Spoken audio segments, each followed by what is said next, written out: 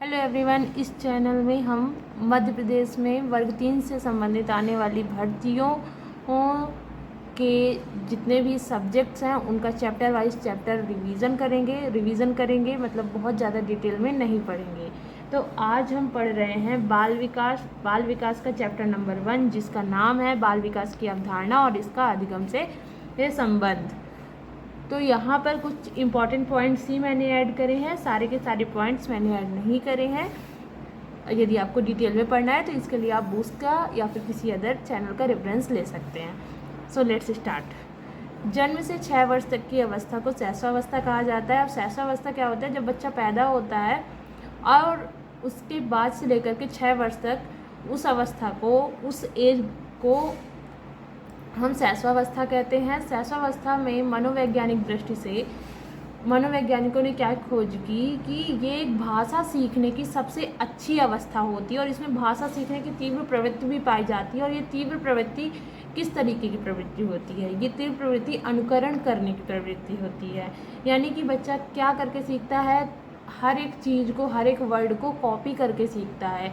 कौन किस तरीके से बोल रहा है, कौन किस तरीके से उठ रहा है, चीज़ों को किस तरीके से रख रहा है, हर एक चीज़ का कॉपी करके ही बच्चा सीखता है। और ये जो भाषा सीखने की अवस्था है, जिसे हम शैशवावस्था को बहुत अच्छा मानते हैं, तो इसमें भाषा एक योग्यता की तरह काम करती है, एक कौशल है जिसे बच्चा पैदा होने के बाद अर्जित करता है। यानी कि ये भाषा वो पहले से नहीं सीख करके आता है, वो धीरे धीरे इस भाषा को अर्जित करता है अपने माता पिता के द्वारा, अपने आस पड़ोस के द्वारा।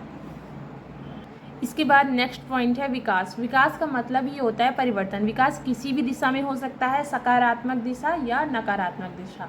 यदि मैं कह रही हूँ सकारात्मक दिशा में विकास, मतलब मान लीजिए कोई बच्चा स्कूल जा रहा है, उसके फ्रेंड सर्कल में बहुत अच्छे अच्छे बच्चे हैं जो कि किसी न किसी फील्ड में आगे बढ़ने की सोच रखते हैं। उनके माता पिता भी उन बच्चों पे बहुत अधिक ध्यान दे रहे हैं कि हाँ, मेरा बच्चा डॉक्टर बने, मेरा बच्चा क्रिकेटर बने, मेरा बच्चा एक अच्छा आर्टिस्ट बने।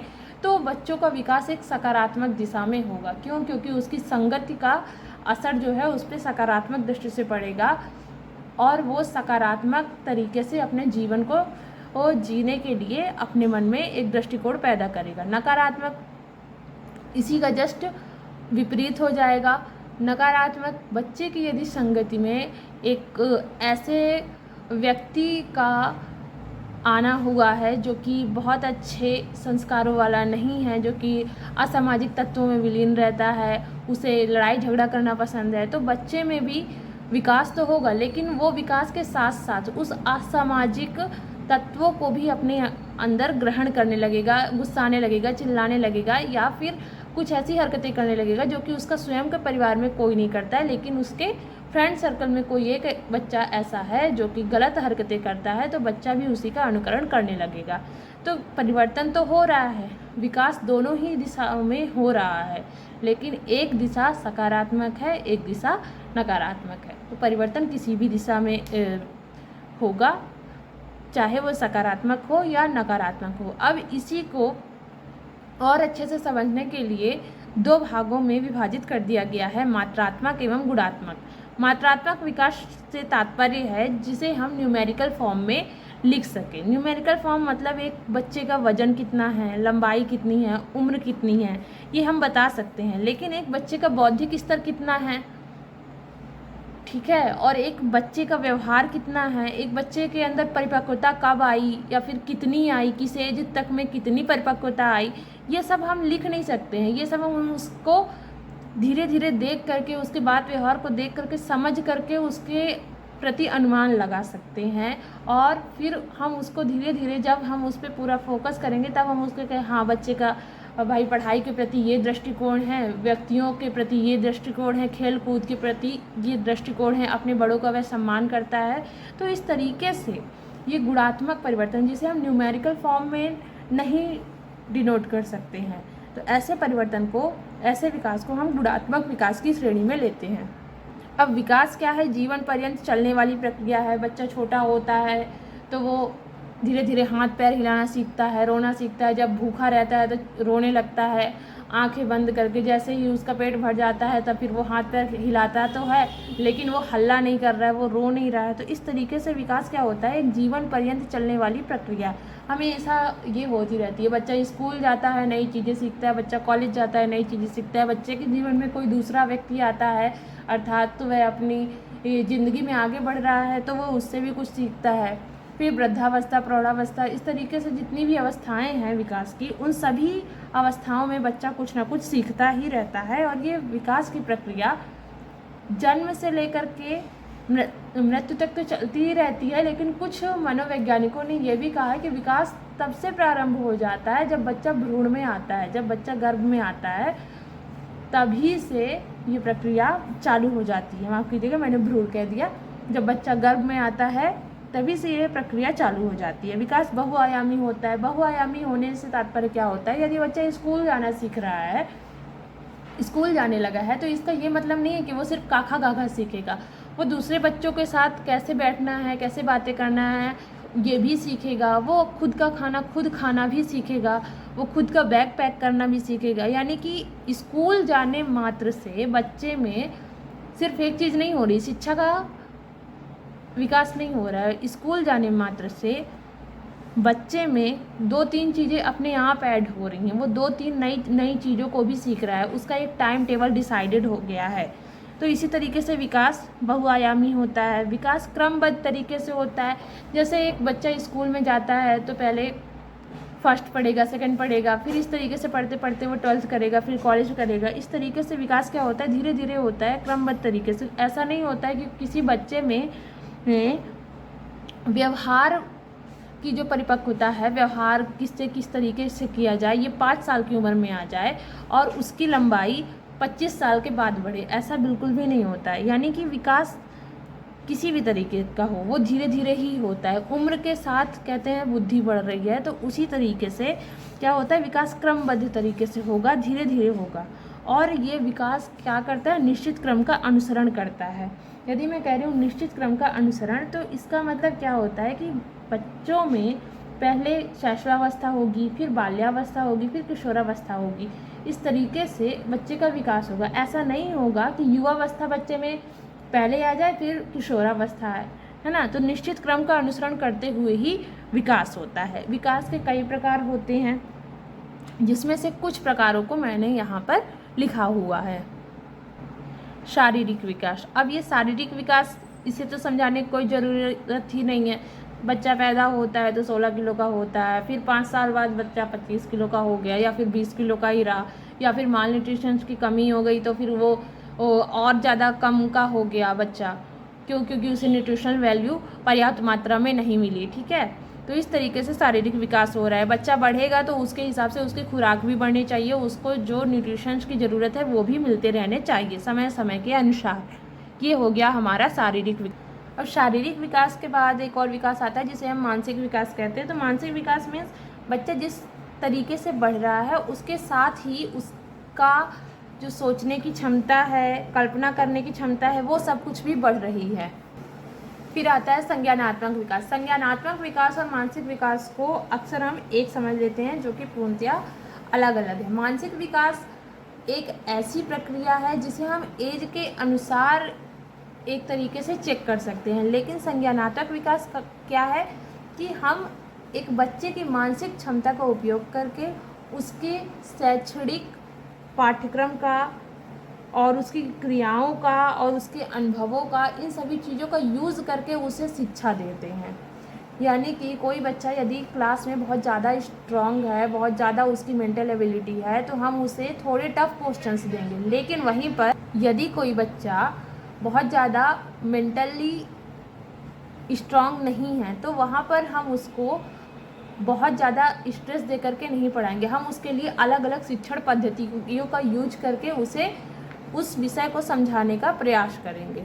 तो ये होता है संज्ञानात्मक विकास। संज्ञानात्मक विकास मतलब मानसिक विकास में जो हमने एबिलिटी अपने अंदर ली थी, जो गुण बच्चे ने मानसिक विकास के दौरान अपने अंदर ग्रहण किए थे, उनका यूज़ करके एक शिक्षण प्रक्रिया में आगे बढ़ना और बच्चे की स्मरण शक्ति, कल्पना शक्ति, इनको एक नई दिशा देना और इनका उपयोग करते हुए शिक्षण को और ज़्यादा प्रभावशील बनाना। फिर आता है सामाजिक व भावनात्मक विकास। सामाजिक व भावनात्मक विकास क्या होता है कि जो मनुष्य है वो मनुष्य एक समाज में पैदा होगा, एक समाज में ही उसकी वृत्ति होगी। तो ऐसा नहीं है कि एक समाज में रहने वाला मनुष्य किसी दूसरे मनुष्य के संपर्क में नहीं आए। जब संपर्क में आएगा तो उसे एक समाज में उठने बैठने का गुण भी सीखना होगा, दूसरों से बात करने का भी गुण सीखना होगा, एक समाज में किस तरीके से रहा जाता है, किस प्रकार की परिस्थितियों में किस तरीके से उसको रिस्पॉन्स करना है। जैसे यदि कोई दुखी है तो हम वहाँ जा कर के हंस नहीं सकते हैं। तो ये सारी चीज़ें समाज लिख करके बच्चे को नहीं सिखाता, ये सारी चीज़ें बच्चे देख देख करके और अपने आसपास के वातावरण से, अपने अनुभव से सीखते हैं। तो सामाजिक विकास होता है। भावनात्मक विकास बच्चे का अपने परिवारजनों के प्रति मोह होता है, परिवारजनों का एक बच्चे के प्रति मोह होता है, और इस तरीके से समाज का और भावनाओं का विकास होता है एक बच्चे में, और उसी बच्चे से फिर एक नए समाज का निर्माण होता है, वो समाज का ही एक अंग बन जाता है। भाषाई विकास अभी मैंने बताया, भाषाई विकास एक कौशल है जिसे बच्चा कब से ग्रहण करना चालू कर देता है, अपने शैशवावस्था से बच्चा एक भाषाई विकास में अपने अनुकरण की प्रवृत्ति को उपयोग करता है और भाषा के कौशल को अर्जित करने लगता है। फिर आता है शारीरिक विकास। भाषाई विकास भी हो गया, लेकिन शारीरिक विकास थोड़ा सा डिफरेंट टाइप का है, तो इसको मैंने बाद में बताया है। शारीरिक विकास क्या होता है? शारीरिक विकास वही एक बच्चे के लंबाई, गुण, भार इत्यादि में परिवर्तन को ही हम शारीरिक विकास कहेंगे। तो शारीरिक विकास को हमने दो चरणों में विभाजित किया है, सूक्ष्म गत्यात्मक विकास एवं स्थूल गत्यात्मक विकास। सूक्ष्म गत्यात्मक विकास क्या होता है? जब बच्चा मांसपेशियों का उपयोग कम करता है, जैसे छोटा बच्चा है जिसे बोलना चलना नहीं आता है, वो पैर हिला रहा है, ठीक है। एक छोटा बच्चा है जो कि 1.5-2 साल का है, वो चीज़ों को तोड़ रहा है या पटक रहा है, उसे ये नहीं पता कि ऐसा करने से हमारा नुकसान होगा या फ़ायदा, बस वो अपने मांसपेशियों का थोड़ा बहुत यूज करना सीख रहा है, या यूज करना सीख चुका है तो उसका यूज़ कर रहा है। स्थूल गत्यात्मक विकास क्या होता है? मांसपेशियों का अधिक उपयोग करना। जैसे अभी पैर हिला रहा था, धीरे धीरे खड़ा हो रहा था, अब उसने उन्हीं पैरों का उपयोग करके दौड़ना सीख लिया, अब हाथ और पैर का दोनों का उपयोग करके उसने तैरना भी सीख लिया। तो स्थूल गत्यात्मक विकास मतलब मांसपेशियों का अधिक उपयोग और अपने शरीर की मांसपेशियों पे अधिक नियंत्रण, ये शारीरिक विकास की एक दूसरी प्रवृत्ति हो गई, दूसरी अवस्था हो गई। और पहली अवस्था क्या हो गई? सूक्ष्म गत्यात्मक विकास। सूक्ष्म यानी थोड़ा सा विकास, थोड़ा वो चल ले रहा है, थोड़ा वो गति कर ले रहा है, ये अपने नाम के अनुसार ही काम कर रहा है। वृद्धि और विकास के दो अलग अलग पहलू हैं। वृद्धि का मतलब क्या होता है? जिसे हम मेजर कर सकते हैं, जिसे हम नाप सकते हैं। वृद्धि मतलब एक लिमिट तक ही वृद्धि होगी। एक बच्चा 21 साल तक ही लंबा होगा, उसके बाद वो पूरी जीवन पर्यंत उसकी लंबाई नहीं बढ़ेगी। कोई बच्चे 17 साल तक जितने लंबे रहते हैं, अपने जीवन भर वो उतने ही लंबे रहते हैं। तो ये क्या होता है? वृद्धि की जो अवधारणा है वो आनुवंशिक कारणों पर अधिक निर्भर करती है। कोई बच्चा कितना लंबा होगा, कितना छोटा होगा, कितना मोटा होगा, ये सारी चीज़ें एक लिमिट तक होंगी, और एक लिमिट के बाद उसके जीवन में ये चीज़ें होना, उसकी वृद्धि होना, उसकी शारीरिक वृद्धि होना रुक जाएगी। लेकिन विकास क्या होगा? विकास जीवन पर्यंत चलेगा, और वृद्धि विकास का ही एक हिस्सा है। शरीर के विभिन्न भागों की वृद्धि, भाई जब बच्चा पैदा होता है तो उसका हाथ बहुत छोटा होता है, फिर धीरे धीरे उसका हाथ बड़ा होने लगता है, सिर बड़ा होने लगता है, ठीक है। वो अपने जो मांसपेशियां हैं उनमें कंट्रोल करना सीखने लगता है। ये मात्रात्मक परिवर्तन है। मात्रात्मक परिवर्तन क्या होता है? जिसे हम न्यूमेरिक वैल्यू दे सकते हैं, लाइक हमारी लंबाई, वजन, ये वृद्धि के अंदर ही आते हैं।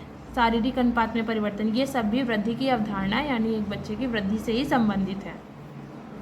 फिर होता है बच्चे में वृद्धि हो गई, थोड़ा बच्चे का विकास भी हो गया, तो बच्चा अब क्या करेगा? चिंतन का आरंभ करेगा, ठीक है। चिंता किस लिए करेगा? छोटा बच्चा है तो अपने खिलौनों की चिंता करेगा, थोड़ा बच्चा समझदार हो गया है तो अपने होमवर्क की टेंशन लेगा, उससे ज़्यादा थोड़ा यदि बाहर उसकी दोस्ती हो गई है, खेलने जाने लगा है तो उसको आज के मैच की टेंशन होगी, गेम की टेंशन होगी, फिर उससे ज़्यादा बड़ा हो गया तो उसको बोर्ड एग्जाम्स की टेंशन होगी, क्लास में फर्स्ट आना है उसकी टेंशन होगी, या फिर किसी दूसरी चीज़ों की। ठीक है, तो चिंतन का आरंभ कब से हो जाता है बच्चों में, ये एक प्रश्न बन सकता है। तो चिंतन का आरंभ बच्चों में प्रारंभिक बाल्यावस्था, जिसे हम 2 से 6 साल तक में के क्राइटेरिया में विभाजित करते हैं, तो 2 से 6 साल तक की अवस्था को हम प्रारंभिक बाल्यावस्था कहते हैं। इसी अवस्था से बच्चों में चिंतन का भी आरंभ हो जाता है। छोटे बच्चों को देखिए, वो खेलते रहते हैं, उनका एक खिलौना गुम जाता है तो परेशान, और उनके पीछे पूरा घर भी परेशान। तो इस तरीके से प्रारंभिक बाल्यावस्था में चिंतन करना बच्चे चालू कर देते हैं। अधिगम जिस काम के लिए अभी हम जाने वाले हैं वो क्या है? अधिगम, टीचिंग क्या होता है? हम कोई भी टीचर किसी भी बच्चे के दिमाग में कुछ भी भर सकता है, मतलब वो सकारात्मक चीज़ें, पॉजिटिव थिंग्स और निगेटिव थिंग्स दोनों भर सकता है। शिक्षक क्या होता है? समाज का दर्पण होता है। ठीक है, शिक्षक चाहे तो एक देश में बहुत अच्छे नागरिक का निर्माण कर सकता है, और बहुत अच्छे नागरिक एक देश की हर तरीके से वृद्धि एवं विकास में सहयोग ही करेंगे। तो वांछनीय सकारात्मक स्थायी परिवर्तन किसके द्वारा लाया जा सकता है? अधिगम के द्वारा ही लाया जा सकता है। अब ये अधिगम करेगा कौन? शिक्षक ही करेगा। तो वांछनीय मतलब शिक्षक जो चाह रहा है, शिक्षक यदि एक बच्चे को का लिखना सिखाना चाह रहा है तो उसके लिए वो क्या क्या सकारात्मक शैक्षणिक विधियों को अपनाए कि बच्चा का लिखना सीख जाए, वही होता है वांछनीय सकारात्मक स्थायी परिवर्तन। यानी यदि बच्चा का लिखना सीख गया है तो ऐसा नहीं है कि कुछ दिन बाद वो भूल जाए। टीचर को एक बच्चे को ऐसे सिखाना पड़ेगा कि वो हमेशा याद रखे। और अधिगम क्या है? शिक्षक नहीं भी होगा तो भी जिंदगी लोगों को सिखाती है। ठीक है, तो जीवन पर्यंत अधिगम चलता रहता है। और व्यवहार में जब भी हम कुछ सीख रहे हैं, कुछ भी नया सीख रहे हैं, तो हम सीखें या बच्चे सीखें, उनके व्यवहार में अवलोकनीय परिवर्तन होगा ही होगा। आप आज किन्हीं 5 लोगों से मिल रहे हैं जो कि आपके घर के हैं, तो आपका व्यवहार कुछ और होगा। जब आप बाहर के किन्हीं 5 लोगों से मिल रहे हैं जो कि अलग अलग फील्ड से आ रहे हैं, अलग अलग जगह से आ रहे हैं, तो वो लोग भी अपने व्यवहार में कुछ ना कुछ ऐड करते जाएंगे, तो आप में चेंज होते जाएगा। इसी तरीके से बच्चे में भी, बच्चा जितने अधिक लोगों से मिलेगा उसके व्यवहार में उतना अधिक परिवर्तन होगा। तो ये था कुछ इस तरीके से। अभी हमने बाल विकास का चैप्टर 1 कवर किया है। अब हम नेक्स्ट वीडियो में बाल विकास का ही चैप्टर 2 कवर करेंगे, शॉर्ट वीडियो में, शॉर्ट नोट्स के साथ। Thank you.